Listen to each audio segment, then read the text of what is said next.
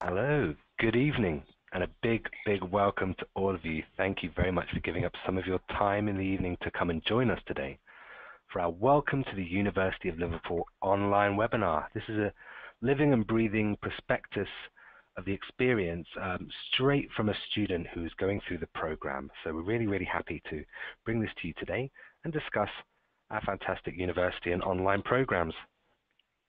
Thank you very much. Now let's talk about today's panel. My name is Joseph O'Brien. I'm a moderator and MBA student studying at the University of Liverpool online, and I'm currently in my dissertation phase. And we have Jane Hanjing, who's doing an MSc in marketing and is currently a student, and she's our guest for today. So welcome, Hanjing. How are you? Hey, Joseph. Hello, everybody. I'm Hanjing. I'm a marketing student, major in online program, and I'm been with the online program for more than 12 months now. I'm now in the 6th module with the program. It's really glad to be here to sharing my experience and learnings with all of you. And thank you very much for being here as well today. What do you do then in your career, Hanjing? Thank you for having me. Right now I'm as a representative working with the chamber as a representative to be a liaison with all the U.S. business in my city called Suzhou, a second-tier city around 30 minutes by train from Shanghai. We are handling around 200 to 300 U.S. business on a day-to-day basis. Nice. It's an American Chamber of Commerce. So today, Hanjing, I'm just going to ask you some questions about your experience, how you found the University of Liverpool online programs in the first place, what online education was like for you, and then, kind of diving into your program and what you took out of it. And also seeing if we can give some students some tips on how they can be successful and study as well. So thank you for giving up your time for that. Now, this is an open session. This means we really encourage you to ask your questions today. So you'll see there's a little chat box where you get to ask a question, and you can type any question that you want into that box, and we'll look to get to that question in the Q&A at around 20 to 30 minutes through this webinar. So there's a Q&A session where you can ask Hanjing from the marketing program or myself from the MBA program any questions that you like at all about the university or the program at all. Now please write those questions in English, and we will look to get those through. Unfortunately, I cannot read Chinese, so thank you very much. So let's go into our presentation and talk about some of the issues today. So as we discussed, our agenda is going to look at the university's heritage, our accredited programs, the structure of those programs, the online classroom, we've got a little video to show you, and some support and preparation, how we prepare our students to study at master's level. Very different level from undergraduate level. We're now at the research level, so it's a bit different there. Hanjing, how did you hear about the University of Liverpool, and what did you know about its reputation? Actually, I actually get thinking about joining to the MBA program or further education, we could say, by doing some research, and I have several options on hand to be an offline student with some of the universities, but I'm not very satisfied with the major or the option they offered to me. Some are offline, but you need to be full-time. Some are part-time with a really expensive fee. Some are not really the major, or the course are not really the one I want to involve. So I want to find a perfect one with time flexible, the fee that I could afford, a good classmate with a qualified education or research background school. So one of my friends working in the Hanjing Liverpool University told me there is an online course, and I think that's perfect for me. Well, thank you. You touched upon that there, Jane, about the the physical campus that we have as well in China. We have that school as well. And lots of people come through that and understand and learn about the online option, which I think is more suitable for people who are a bit older, who are working and have obligations, and they can't, physically attend a campus. Is that what appealed to you about online education, the flexibility and not having to go somewhere and physically attend lectures? To be honest, I think the online program, the most point appealing to me is the chance that I can get connected with the experienced teachers and experienced students from all over the world. That's the international classmate that I could look for. But for the offline class, I can see most students are from the local, that I want to prepare myself for the international standard, big picture, practice my English written and writing. Maybe if for offline, that could be oral practicing too. But I really didn't find that a perfect position when I look at the offline course. And I think this online course for the experience of interaction with people and the flexibility of like you can read your material anytime as long as you want, and it's really appealing to me. No, I like that you've really picked up on that kind of global aspect of the program. If you do attend a physical campus, you're going to get more people from one place, one culture. They might be younger.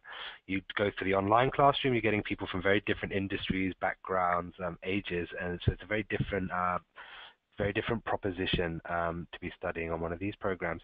And we can see here that that the programs are accredited from our public health programs that offer the AFIA accreditation through to our management programs that have the prestigious AACSB accreditation, the PMI, which is our project management, and beyond. Is it important to you that the university has, a solid reputation? We see Nobel laureates, accreditation, and, a part of the Russell Group. Are those factors important for you as well, Jane? Yes, that is definitely an important one that I'm going to consider of. But I would suggest if you are looking for some MBA or you already involved in the MBA, that it is better for people who are just considering it, maybe this answer, because when I consider that, I seriously thinking about what I'm looking for. Do I look for a certificate, or do I look for a networking, or do I look for the knowledge that help me to prepare myself for the next level? So what I'm looking at is the third one. I'm really want to learn something and grow myself, have the international perspective, can learn the critical thinking and discuss with the people who are experienced. So and some of and another aspect is the quality and the knowledge that I will learn from good reputation university. So that area is definitely what I'm looking at. Yeah. Now, it's a reputable university, but online education is now just starting really to have a real strong reputation around the world. Have you studied online before, Jane? And did it kind of meet your expectations when you actually were doing it? Yeah, I had an experience with the online learning before joining this course, because I feel that I want to be more like to catch up with the current trends, understand more about the certain skills before I joined this class. I frequently join some of the courses online, like Coursera. So they have some of the modules or the courses that delivered online that is very flexible, you can access to. So I think what different from the besides the degree or the certificate you will get, this is the module you will definitely have your classmates and your instructors to give you insights where you are and where you want to be, what might be the gap you have, and you can see the clear improvement. And after the 1 year, when I when I joined this module or the program for after about 14 months, and when I talk to my clients, some of my clients tell me that, Jane, you look different, and you can talk in different perspectives, and I really appreciate that, because they think that we can get better understanding, and I think that is the real aid from a compared to the school I get. That is the real aid. No, I think that's correct. When you're first starting looking at the program or looking at any program, you might think, oh, where am I going to be at the end, and what does the piece of paper going to give me? And when you start learning and you start transforming yourself and your behavior starts changing in the office, you realize the biggest benefit is actually the learning and being able to apply theory to practice in your work environment, and then for your colleagues to see the impact of that. How do you feel it is helping you within your career, Jane? Have you been able to bring some of your learnings from the marketing course into your work? Oh yes, that's definitely something that I'm practicing almost every day on a day-to-day work. Now, for example, the major. First, I choose the major which I'm really related with my work, but the knowledge and the methodology I got from all the instructors and the insights from my classmates, I'm practicing it and I apply it to my work. Just to give you an example, I'm having several of the research projects now. The structure and the methodology I use now is the clients can clearly see there is a certain structure and logic in that, and very comprehensive. It's compared to the first year I'm handling it. I myself was okay, who did that before? So it's really helping me. It's not only giving you the knowledge, you know that what you are looking at and what are the directions and where you want to go. And with that methodology, tools, and techniques, it's giving you the confidence that be there, no matter if there is ups and downs. Exactly. I couldn't have said it better myself. Now, for anyone listening to the call, you speak, English on a presenter's level, where you're able to present to people in English, which is a high level of fluency. Would the same apply to you a year ago before you started the course? Was your English on the level that I'm hearing now? To be honest, for the public presentation, it's almost the same, the English level, but for the way I for the way I speak or the way I carry out myself or the content I know we're talking about, it will be different from now to compared to the last year. And what I appreciate is my written skill is improved quite a lot. Exactly. So all those business cases, you can get them approved. All those initiatives. Yeah. As well. Yes. So people, you touched upon it earlier. Really, people, they study for a program, be it, masters in marketing management, whatever. They do that for a number of reasons. One of them is to as you say, advance their learning, so they gain key skills that they didn't have before. The next is obvious, to progress within their career, they need a piece of paper or certification that gets them from A to B. The third is that they want to expand their network, and they want to meet different types of people and gain kind of knowledge from different areas. Now, where do the students come from who will be your alumni when you finish? Where do they come from that you met in the course, and how do they shape you in terms of your understanding of marketing and what you do? Oh, that is really a good question. I cannot be thankful enough for the opportunity the school provided me. As I mentioned before, all my classmates are from international students. So some of them are from UK, some are from Egypt even, some are from Germany, and they are all experienced students. I don't know how lucky I could be. I got all these people from the different industries doing the professional marketing job, and they share their years of experience in the homeland or in the overseas. Somebody spent 10 years in Dubai. somebody who moved from Taiwan to Germany, and my instructors are from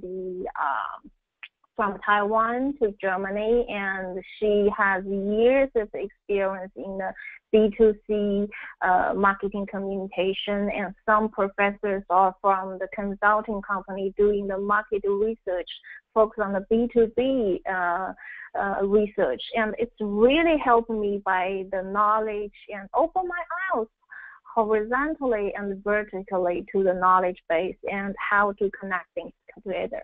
Yeah. There you go. It's kind of a holistic look, Jane, very nice holistic look at the program Yes. in terms of all of the kind of outside benefits. Now, people run marathons, but no one ever thinks it's easy to run a marathon, and people climb mountains, but no one ever thinks it's easy to climb a mountain. I don't think I'll ever be able to do either of these things, but I will finish my MBA, which is my marathon or my mountain to climb, because we don't advertise these as easy. You have to go and work for it. I don't think it's worth having a master's unless you work for it. It should be a badge of honor. What kind of challenges have you faced, Jane, along the way in your course, and how do you kind of view those challenges in terms of solutions and how you overcome them? Yeah, I think basically I have a challenge that which rooted for the nature part. I'm not a native speaker, so no matter what you say, my English is fluent or whatever, I still have gaps between with the native speaker. So I'm going to slowly read my papers, slowly write my assignments. So when I first submit my assignment and compare to everybody who's being Western educated, I can see clearly there is a gap there. Yeah. So that is where I learn from everybody to learn from everybody in my classmates to improve myself. I set the goal. I will find a top 8 student who is in my classmate, and I will learn how he wrote, how he think about how he wrote the article, what are the perspectives he discussed in the articles regarding one certain topic. And I really improved a lot. All thankful for everyone in my class. And another thing that really everybody will be challenged is that you really need to balance your work, life, and your study. That is the area. It is tough. It is really, really tough. Yes. And what the benefit is, you become very efficient. And it's not only about what you learn, and you become a better leader, because whatever you say, I'm going to be the leader, I will be efficient, I will help everybody, and I want to be that adaptive one. What you learn from being a business leader in the module 2 or module 1, you will read the theory that you actually practice the leadership to yourself through this 8 modules. Yeah. No, I like that because it's kind of self-discipline, it's time management. I always say find someone who's doing project management on the course, because they're already coming into the course with all those project management skills already. So they know how to time manage and to look at what they need to do their week and their studying, and then kind of break it down, know where to sacrifice as well. For those that also have English as a second language, we do have a wonderful facility called the Writing Center. What that is it's some tutors who will take any piece of work. They're not specialists in any particular field. They're specialists in academic writing. So what they'll do is they'll look at your piece of work and they'll discuss that with you and how you could improve in terms of your syntax, your structure, the way you look at paragraphs, the words you use, and the choices that you make in your writing, and they can help you get there with that. So I want everyone to understand that Liverpool Online has been running this program for longer than pretty much everyone else. I think over 10 to 15 years now. So that means that our support network is huge, and the amount of tricks and things that we've put in our systems to help people succeed, there's quite a lot of those too. So if you don't know about those, we'll be touching upon them later. But speak to your enrollment advisor or your student support manager once you become a student to kind of learn everything that's out there for you. You know, Jane's working very hard for her master's, and it's also important that the master's will work hard for you as well. And that's basically about getting the most out of that, your networking and the systems that you use, and developing your leadership skills, your English skills as well, which leads us very nicely onto the classroom demonstration. I have a short video. I'm on a conference call with you now, Jane, so I'm hoping when the video plays and stops, it doesn't kick us out of this conference call. So if it does, I will ring you back. But either way, let's watch a couple of minutes video just to show students what the online classroom looks like, and I'll be back with you in a minute, Jane. Okay. Talk soon. No worries.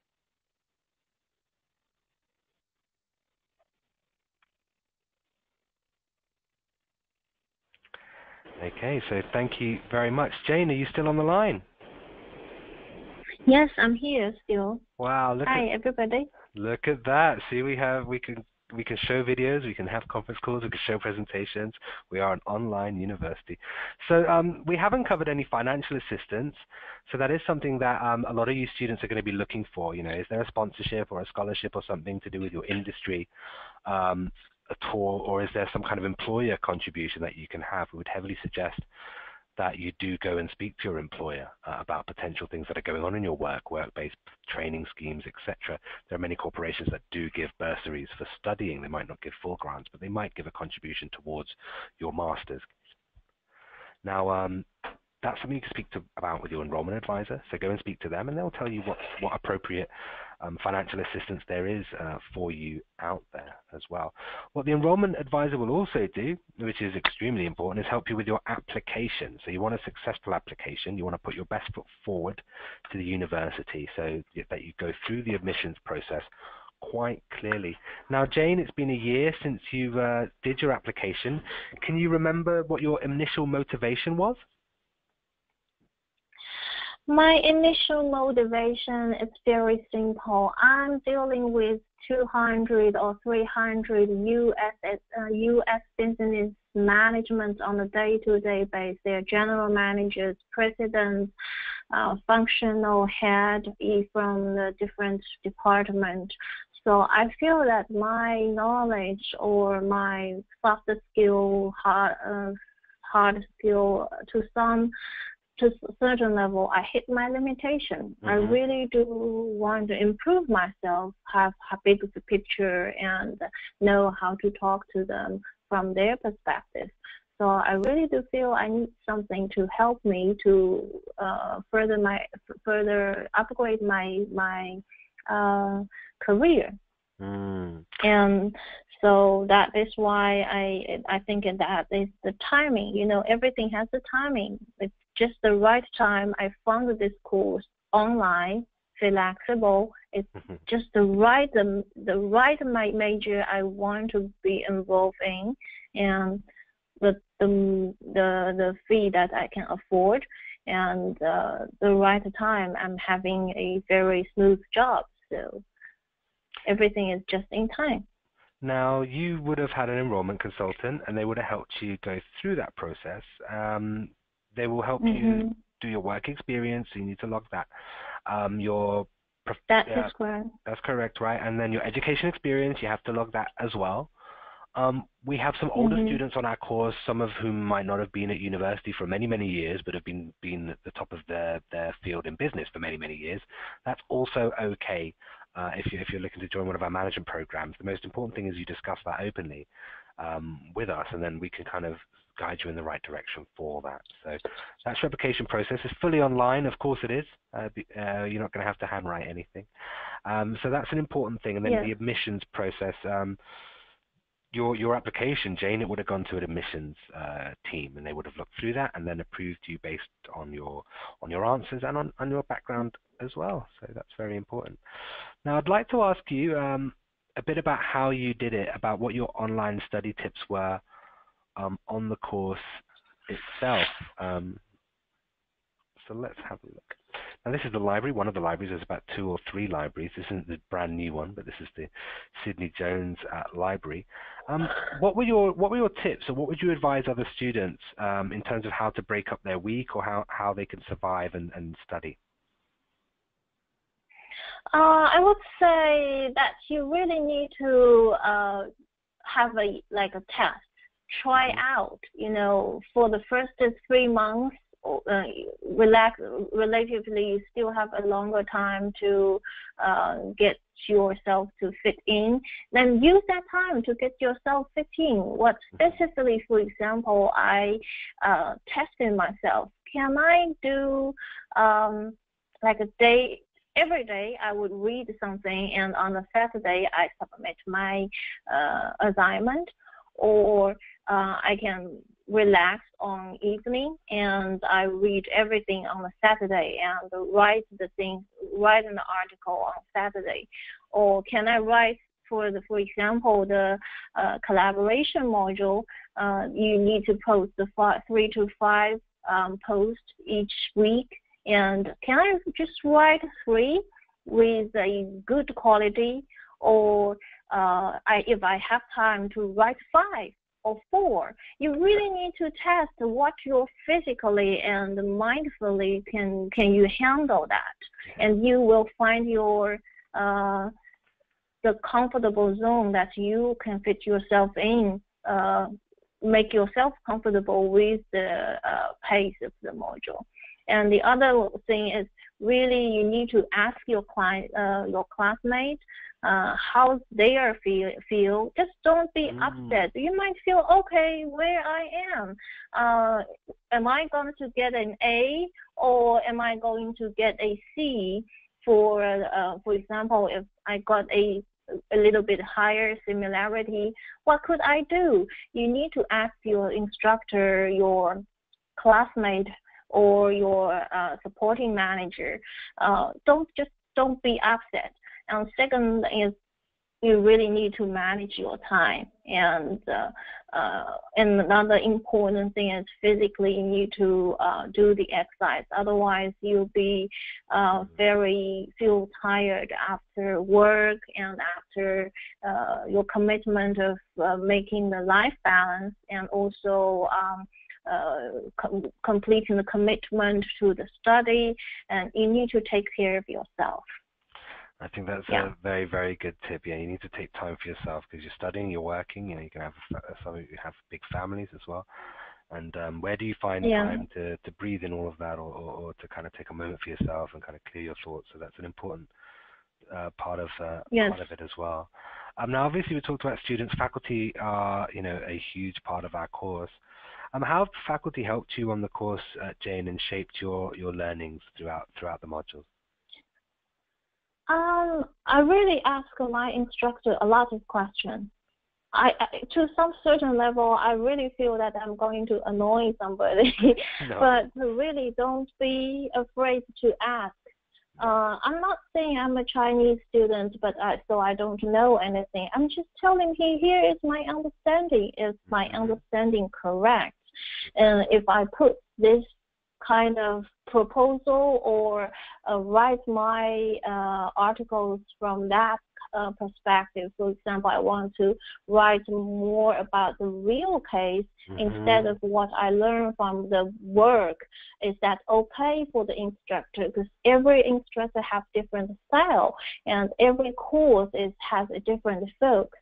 So you can ask any questions you have, just to be brave to ask. So my instructors give me a lot of support. One of the instructors even we keep the contacting even after 3 months the course is finished, and I'm still asking the questions about my studies, and she's very supportive. Nice. I think you touched upon it there as well. The kind of forced discussion. There's no point in being shy or not asking questions. Not at all. Not at all. I mean, there's no point in being an introverted person on the course.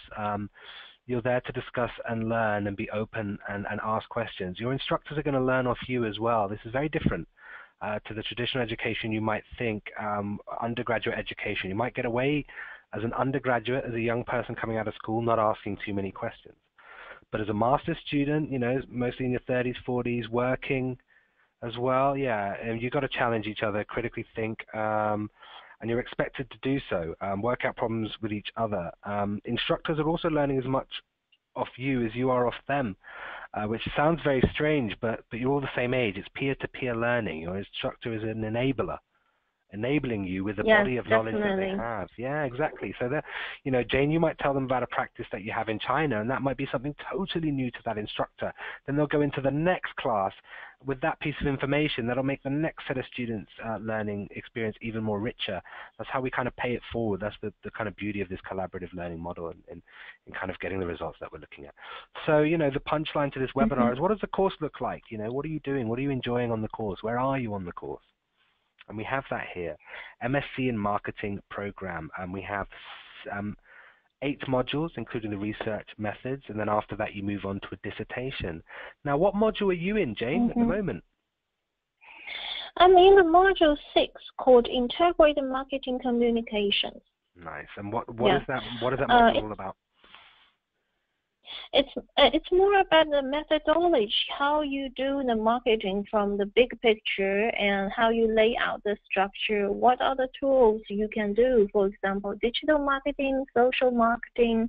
What are the steps you're going to prepare for the integrated marketing communication plan, so you can help the companies to promote the products or service domestically and internationally. So it's laying out the methodology and the techniques you're going to learn and give you the tools too. I love that. I mean, and right now we are living a piece of integrated marketing communication. This is a webinar. We have prospective students at the university sitting here. They're learning more about our brand with University of Liverpool Online. It's part of an integrated communication campaign that came with an email. That's directing you to find out more information from our website. It's directing you towards social media to speak to other students. And that's the IMC, that's the Integrated Marketing Campaign that all organizations, including us, do in order for you to learn more about the brand and make the choice a more informed choice. What was your favorite module out of these? What module do you think is going to help you the most at work? I would say I have several favorite modules. For example, finance is one of my favorite modules. You'll be surprised. I'm not a finance student at all, and I do not like numbers. But I like finance module. Why? It gives you another perspective how you're going to look at your project. If you are going to write a integrated communication, marketing communication plan, how you measure that? What are the perspectives from the finance person and your upper management? What are the outputs? And what are the measures and ROI from their perspective? That's one financial management give you to understand your project or your major from another perspective. And another example is the strategic marketing. It's not about the tools or the techniques, but it gives you a direction to think out of the book. Exactly, I would agree. You need to think laterally, and that's kind of where you can look at the organization's strategy and think about how marketing might play a wider role.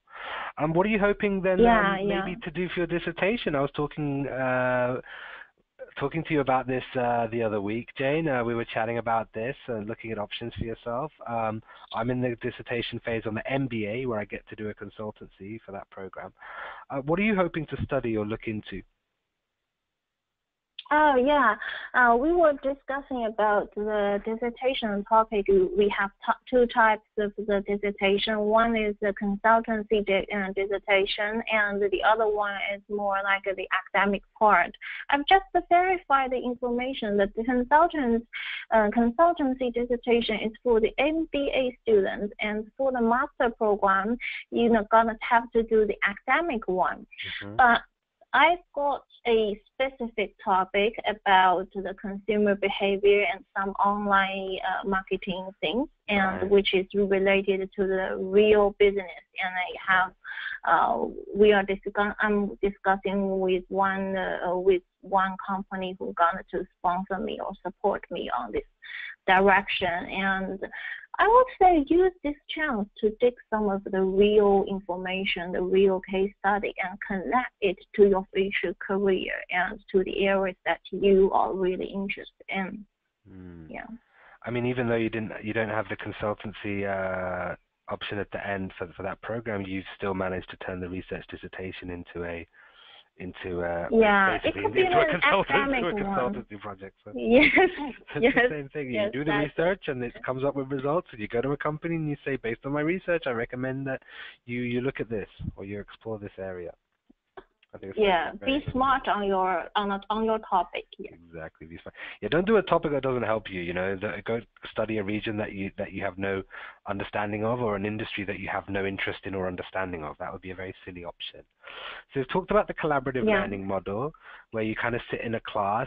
How do you interact with your classmates? What is a typical week in terms of assignments? Because this model, Jane, is going to be very different from what people are used to. If you are asking my routine, we'll have two deadlines. One is on a Saturday. You'll submit a course that we call the key concept exercise. Basically, you read some textbooks and summarize that with your own words, with some real case. So you'll have to submit that on Saturday. And on Wednesday, you have your collaboration deadline. So during the 4 days, after the Saturday, you have to submit 3 to 5 reply based on the reading and discussion with your classmate on your regarding your key concept assignment. And I have this usually, and right now I'm writing 3 to 4 collaboration articles on a daily basis. So I spend maybe 1 to 2 hours at most after the work to read and write the article. I would say be aware with the quality than the quantity. So you will be much more released. You dig that topic a little bit deeper, and you'll find you have so much to say. I think that's a great point. Yeah. It's not about just putting out just what's off the top of your head and as many things as possible. It's about doing some proper research, trying to put together what we call a substantive response, a full response to the question.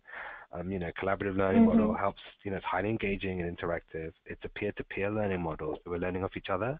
Half of our assessments are based on classroom interaction. There's constant faculty interaction and feedback as well. Now, that's a very good point. 50%, Jane, of your interactions in class, your grade is, where 50% comes from your shared work in class, which means that everyone hands in an assignment, and then you show that assignment to everyone in class. It doesn't just go to instructor, it goes to everyone, and then we're allowed to comment on each other's assignments. So you'll write something, you might put in the perspective of a certain marketing function in China, and I might say, that's interesting, in the Netherlands we do it like this, and then someone might come in and say, oh, in Africa we do it like this, for example, and then someone says, well, and that's in the private sector.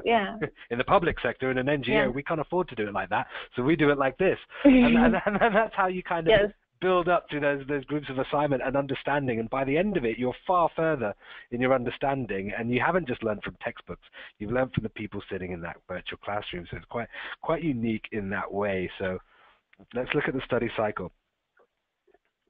Yeah. What will be the next time you have the time to openly discuss with your peers? Some people even with a higher position, much richer experience, but you openly discuss any kind of topic, any kind of discussion regarding a certain topic, and then there will be completely open, equal level. That's a beautiful way to really put it. Treasure that. Yeah, you're all peers in the classroom. I have someone in my class who's the CEO of a group of radio stations across Asia with something like 30 million listeners across Malaysia, Indonesia. This guy's been, at the top of his profession for years and years and years, miles away from where I am in my career at this point, 10 or 15 years older. But in the classroom, we're equals. And it has to work like that in order for us to share our experience in order for us to learn together. So personal development is a very important part of the course as well. We've talked about the dissertation, we've talked about the modules, but personal development is important. How has your personal development plan changed over the course of your degree, Jane? I would say at the first I got the assignment for personal development. It's more like, okay, performance review, like the company gives me the paper. I just fill in whatever I want to write down. And with the time, gradually, with the module, it's really a good layout of the modules orders. And you get further and further clear picture of where you want to go. That might be the biggest benefit I got from this program is I become really understand where is my interest points are, and who I want to be, where I want to go. And with that process, you'll be more and more clear about your personal development portfolio on each course, because it's connected. Yeah. It's totally connected. Yeah, you have to put your goals in, and then when you first start the course, you have these goals and you put them in. You're like, okay, I'm putting some goals in, but I don't really know what I'm doing quite. And then as you go through your modules, you kind of apply, what have I learned this module, and how does that affected my goal, and has my goal now changed in light of new knowledge?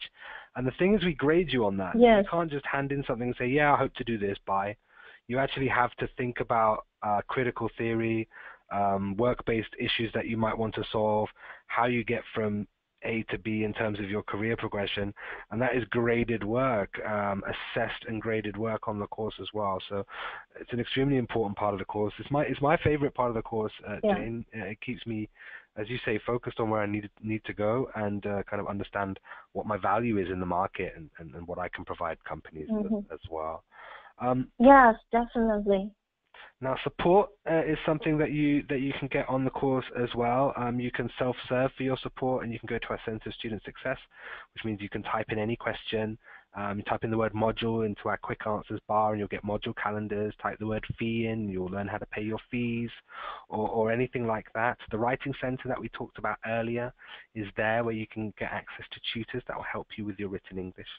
The Academic Skills and Knowledge videos are there, where you can learn about stuff like citing and referencing, which is a very important part of the course, and some other mini videos there as well. Support is very important. It's probably the last thing you think about when you're about to take a course, but maybe the first thing you start thinking about when you're on the course. Do you have any support at home, family or friends that have helped you or supported you throughout the course, Jane? Yes, I do. My family gives me a big support. Like right now, I'm closed myself in my room, like having a webinar interview, and they support me always. That when I say, okay, I have to finish this. Would you please give me some space or some time, or would you help me take care of this or take care of that? And most importantly, when we have this online gathering, we call the WeChat group with all the students in the Chinese market, and we discuss with each other, and we share not only with the supporting center, we have the support from every student, and you're not alone. Yeah, you are not alone. Yeah. You are not alone at all, and one of the opportunities that you have to meet the students will hopefully be on campus. We have our slogan really is study online and graduate on campus. That's what a lot of people kind of attracts them to the university. But quite honestly, I think that we go beyond that, and it's really about build your reputation, transform your career, transform your attitude towards work and towards yourself. And you get to graduate on stage at the University of Liverpool itself. Is that something you're hoping to do, Jane? Are you hoping to fly in from China and stand on that stage and graduate in a year's time? That's the thing that I will never miss, and I'm really looking forward for that. Yeah. Exactly. We'll see you there. Hopefully I'll be graduating just a tiny bit before you on that one as well. Hopefully I'll finish my dissertation. Now, this is the time for questions. We've had quite a few questions coming in, but you have time to put in a couple more questions if you're there, and we will try to get them to our guest. Our session will close in about 10 to 15 minutes time. So if you do have a couple of questions, now is the time to get them through. So let's have a look. Oh, nice question. How do you manage between maybe the different systems of education that you're used to, the Chinese system and the UK education system? Wow, that's really a great question. Yes, I really, two things. One, really try to fit in and find a benchmark you are aiming at. And like I mentioned before, when I first time submit my assignment, I really see, I thought, you see, my English is fluent and my writing skills is not really a problem.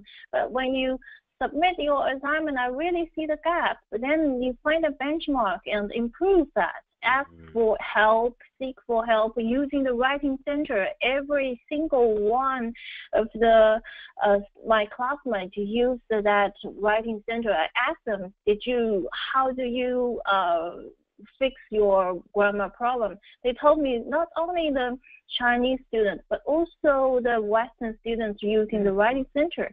So use every tool, every channel. Another thing is, do not find excuse. I can say I'm a Chinese. I'm not a native in English. I'm a full-time employee. I have my job. I have my family. So why do not the instructor give me a gap? Why they are so tough to me? So you can find all these excuses, but stop using the excuses. Yeah. Exactly. As my mother said, excuses, excuses, excuses. But what my mother also said, Jane, if you want something done, give it to a busy person. And I think, those us that are studying online, juggling our lives and work as well, find a new capability and capacity in ourselves to do stuff. And I think that's very nice as well. Scary, but very nice. What would you say is the biggest challenge that you had during your study? Another question here. My biggest challenge is I want to keep fit. I have to be honest, I gain my weight because I sit there, read books, so it's very hard to keep fit, to work on your yes, eat chocolates. But one thing is you're going to sit that long to do a lot of brain work, and you want to be a leader in the future. Health is the most important thing that you cannot ignore that. Exactly. Everything can overcome. Yeah. Exactly. And knowledge may be very high in calories, Jane, but it enriches and nourishes us. So it's very nice. Let's have a look. Do you often need a VPN at all to download the study materials? Another question we had, how do you deal with the firewall in China? Obviously, students in China use creative ways to get around that. Do you manage to find ways around that firewall? Yeah, I have VPN and it's very smooth, and maybe just for the first time when I use that, you need to have some time, maybe a few days or few hours to fit in. After that, everything is smooth. Yeah. Okay, there you go. How many hours a week are needed on average? Have you got an example? So how many hours a week do you spend? Very simple. I would say around like 20 to 25 at most. Yeah. About 20 to 25 at most. Another question, have you ever been late for an assignment or had to cancel an assignment? Never. Never. I never did that before. Yeah. I had a child, so I took a break for 3 months. I said I had a child. I didn't do much of the work. My wife did most of the work there. Yeah. But I took a break. You know what? Some of my classmates took a break, but you know what I'm scared for? Because if you took a break, you're not going to be the next class. You have new classmates. Yeah. I've already have wonderful classmates. I don't want to lose them. So I never said I want to take a break. Never did that before. And that's part of your cohort. That's called your cohort group, and it's the group that you start with at the beginning of university, and you can track them through. So when Jane goes to Liverpool, she'll hopefully say, "Oh, you don't look anything like the person I thought you looked like in my online class, but there you are, and I'm now meeting you in the same room," which is very surreal. I'll tell you that, very surreal for our students when they get in the room. They'll meet each other for the first time after 3 years of intense discussions on marketing and the likes. So that's it as well. What is your favorite part of being a student at the University of Liverpool online? It's that I mentioned before, you have equally opportunity to discuss with anybody openly with any of your thoughts. What will be the next time you have this kind of class, and you have maybe you will meet some tough instructors, but tough in a good way. What is the next time you find a good professor giving you all the suggestions, good suggestions, point out where you go wrong? Because we are all experienced people. When we grow older, there might not many people to give you like a point out where you go wrong, like a child. Exactly. So that's the treasure that as a student I really thankful for the opportunity that the university gave to me. Thank you very much, and we're very proud of you and very happy that you're a student at the University of Liverpool online and that you're doing very well through your course, Jane. Exactly, and I'm interested to hear about your dissertation actually further on, so we might get you back in a year's time and find out what you've been doing with that as well. So we've been discussing the next steps. Speak to your enrollment advisor. You're going to need to look at your application, consult with them on that, and that's going to need to be reviewed and go to our admissions. Now, our next term start isn't till June, I believe, so you have some good time to do that, but no time like the present, so the sooner the better. So go and do that as well. It's worth mentioning as well that once you do go through the process, Jane, when you do graduate, you will get to join the alumni of the University of Liverpool itself. And there's about 200,000 of them across the world, so it's a very big business network that you get the opportunity to join as well. Part of that network and building that network can come through referring. Many of our students, maybe even on this call, are referred from other students on the program, and they go through it together, either with a friend or a family member or another employee from the same company, and they go through programs together and study together. And if they do, the statistics show that they will have a higher success rate by being competitive and going through that program together. So if that's something that you are interested in as a prospective student looking to join our cause, know someone else who might want to do that with you, then come speak to us. Speak to an enrollment consultant, and we'll discuss all your options with you about that. So that only leaves me to say thank you very much today to our audience for their time and their questions. If you have any extra questions, your enrollment consultant will be happy to answer those for you in English or in Chinese if you'd like.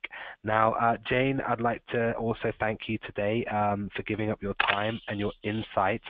It's been really incredible. I love marketing. I work in marketing, so I'm always interested in finding out what our marketing students are up to, so thank you very much.